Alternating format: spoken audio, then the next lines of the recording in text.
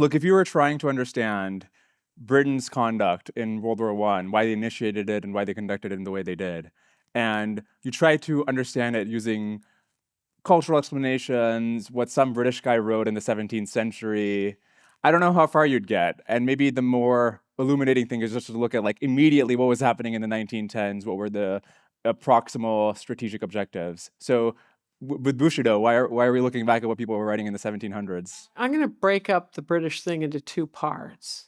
So one analytical framework is you can look at wars in terms of underlying causes and proximate causes. The underlying causes are like the tinder of grievances on both sides. And there can be cultural components to that or other components. And so there's this accumulating tinder of where you've got two different sides, at least across purposes. But then there's the match, the proximate cause, which is a whole series of matches. And finally, the last one's Pearl Harbor, and you are off and running to a place you might not want to go to, right? So there's that.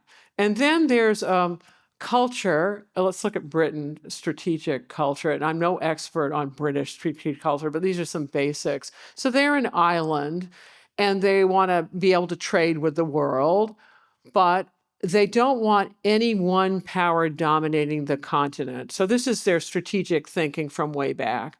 And so if there is a power that's on the verge of dominating the continent, you want to back the other side to prevent that outcome. So that's very much a part of British thinking, goes back a long time. And you can read things going back a long time of describing that situation. There's another piece that goes back a long time in the British. Navies are rarely decisive in warfare. What I mean by decisive means you actually get the goal that you're after for fighting. Whereas armies can be, if your goal is, I want to occupy all of France, or better yet, the Holland, something smaller. Yeah, an army might be able to do that for you, one instrument of national power. But Britain's reliant on a navy and doesn't like to have a big standing army. And so they're thinking in terms of diplomacy and allies, and working economics, making money from trade. And so they are the ones who coined the term grand strategy. It is their gift to us.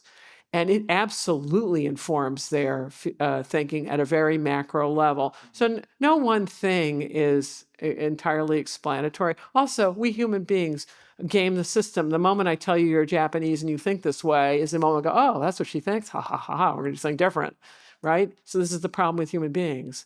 Wasn't one of the problems with the Japanese military that they weren't loyal, that they were trying to do these coups all the time, Yeah, and the yeah, young yeah. officers were insubordinate? Yeah, it's an excellent question. And what you're doing is feeding me back the Greek principle of logic, which is the law of non-contradiction. You cannot simultaneously believe mutually exclusive things. So what's going on? You're telling me it's all hierarchical, and now you're telling me junior officers are doing, or mid-level officers are doing things. What's going on here?